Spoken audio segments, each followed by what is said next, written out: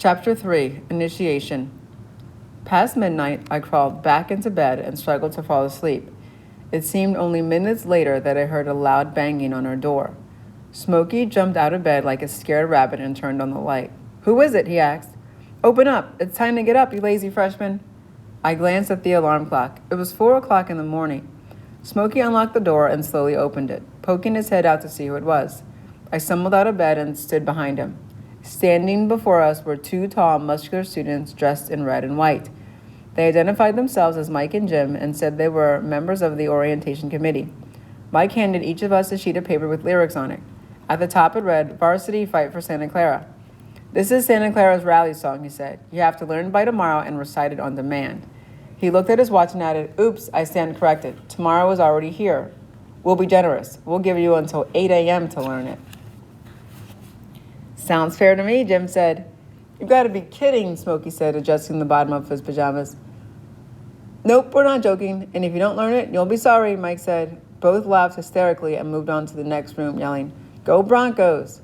Smokey and I sat on our beds and studied the lyrics. "I don't have time to memorize this. It's ridiculous," I exclaimed. Smokey looked at me, smiled, and said, "Oh, come on. It's not bad. It's all in fun." "I don't consider this fun." I was furious. "We have a test tomorrow." Smokey did not respond. He gave me a puzzled look and crawled back in bed. I crumpled the piece of paper, tossed it on my desk, and slipped into bed. I woke up 3 hours later, exhausted and disoriented. I didn't know where I was. As soon as I saw the ball of paper on my desk in Smokey's empty bed, it hit me like a bolt. The English test! I took off my underwear, wrapped the towel around my waist, grabbed the bar of soap from my closet, and I rushed down the hall to take a shower. The hot, steaming water calmed me down. At home, we were bathed in a large aluminum tub that was located in a shed attached to the side of our barrack. We heated the water in a pot, carried it, poured it in the tub, and washed our hair with Fab laundry detergent because soap and shampoo were too mild to cut the sulfur and oil in the water. When I got back to the room, Smokey was sitting at his desk, diligently memorizing the Varsity Fight song and waiting for me to go to breakfast. He had gotten up early and gone to Mass at the Mission Church. I was amazed at how much energy he had. He was like a giant dynamo. After we eat, we can go take the English test," he said, glancing up at me and looking at the wrinkled piece of paper on my desk. I knew he was disappointed in me, but I pretended not to notice. "I'll be ready in a second," I said, feeling tense about the test. No sooner had I gotten dressed than I heard pounding at the door. "It must be those guys coming back," Smokey said. I dashed to the closet and hid before he opened the door. Smokey was right. I recognized their deep, loud voices. "Go Broncos! Go Broncos! You know what to do," they shouted in unison. Smokey began singing "Varsity Fight for Santa Clara," banners of red, white on high. "No matter how great your foe, men, let your motto be to do or die. Rah, rah, rah." At points he sounded out of tune, but he continued, not missing a word. He punctuated the end by chanting, "Go Broncos." Mike and Jim applauded and hollered, "Go Broncos." The noise subsided as they went down the hall looking for other victims. "You can come out now, you children," Smokey said.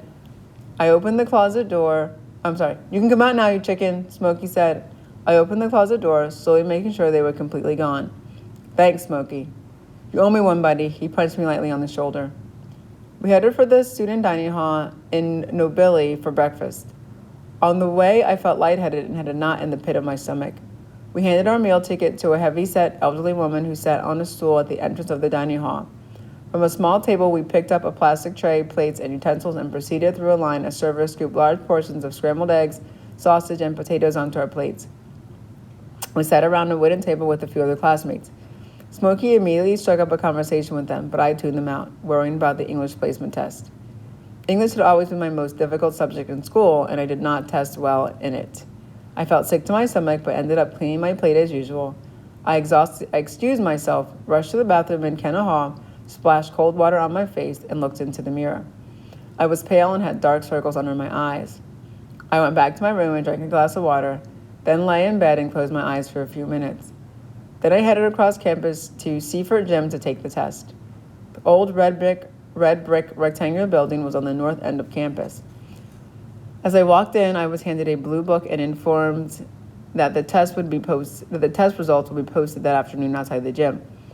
I took a seat at one of the long, narrow tables set up for the test and nervously glanced around.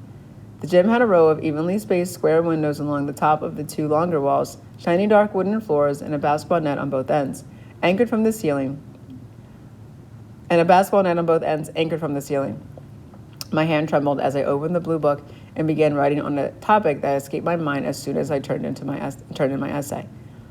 I left the gym in a daze, wondering whether or not I had really taken the dreaded test. When I got back to my room, Smokey was lying in bed, reading the newspaper and listening to the radio. The Lion Sleeps Tonight was playing. "You look like you've seen a ghost," he said, putting down the sports page. "I hope I passed the English test." I plopped onto the bed. "Of course you did. It was a snap." That afternoon, when I went back to the gym, a crowd of freshmen had already gathered around a large bulletin board on which were posted in alphabetical order the list of names of those who had passed the examination. Students whose names did not appear on the list had failed the exam and had to take a remedial English course without academic credit. Students groaned as they pushed and shoved each other trying to read the list. Some shouted in joy and others grinned from ear to ear as soon as they spotted their name. I stayed behind the crowd, waiting for it to disperse. I struggled to muster enough strength to overcome the disappointment I was expecting waiting for me. I approached the bulletin board and quickly glanced down the list, beginning with the J's. And there was my name. I could not believe my eyes. I checked and double-checked to make sure. Even though I was exhausted, I felt as happy as I had the day my 10th grade English teacher, Miss Bell, told me I had writing talent. At the end of the day, Smokey and I went back to Seaford Gym to attend a general assembly for all freshmen. The orientation committee explained the history and traditions of the university. We were informed that Santa Clara was the oldest institution of higher education in California. It was founded as a college in 1851 by the Jesuit John Nobley and became a university in 1912. I knew that in 1961, women were first admitted to Santa Clara, breaking the all-male tradition. As I looked around the auditorium, I was surprised to see so few girls. I had been used to attending public schools where the number of boys and girls was about equal. When it was announced that our class of 1966 was the largest freshman class ever, consisting of 579 students, 1/3 of which were girls, Smokey leaned over and whispered, "The odds are not good for us guys, especially at dances," I responded. What surprised me most later on was to see how some male upperclassmen treated girls. At supper that evening, I noticed that they refused to sit with girls in the dining hall, and later I found out that girls were barred from the football cheering section. The behavior of these students made me feel sad and angry. I wondered if the girls felt as lonely and alienated as I had felt in first grade when classmates excluded me from playing with them because I did not know English. That night I was so exhausted when I went to bed that I did not even hear our prefect do a room check at 11. I jumped out of bed at 6 a.m. thinking I was late for work cleaning the Western Union before it opened at 7. When I quickly realized I was at Santa Clara and not at home when I glanced over and saw Smokey still asleep. After breakfast, I read through the graduation requirements in the university's catalog. The required and recommended elective courses were listed by major for each semester for the 4 years.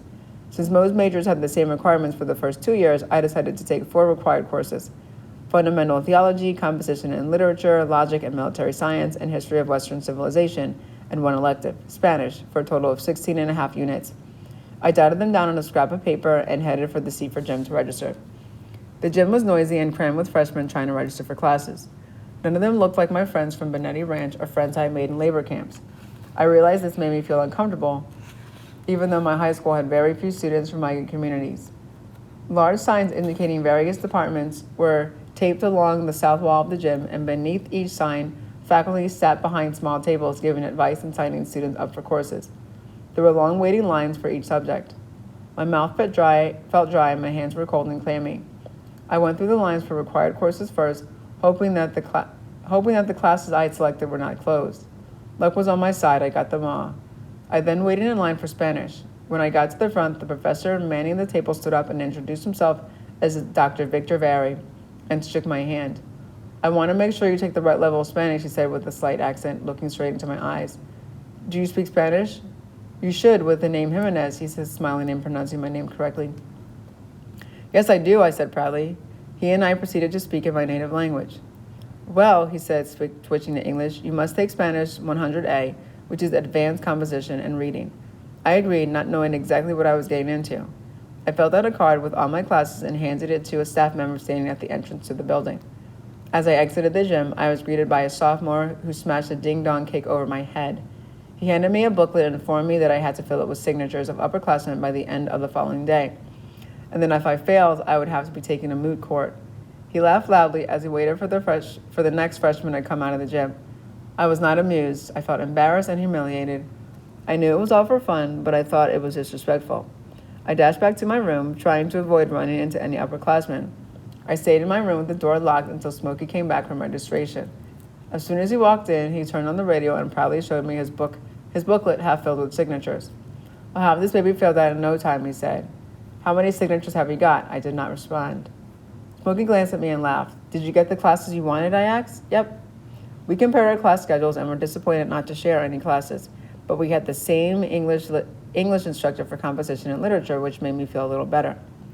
Smokey changed clothes and invited me to help create a dummy to represent the image of the Santa Clara man.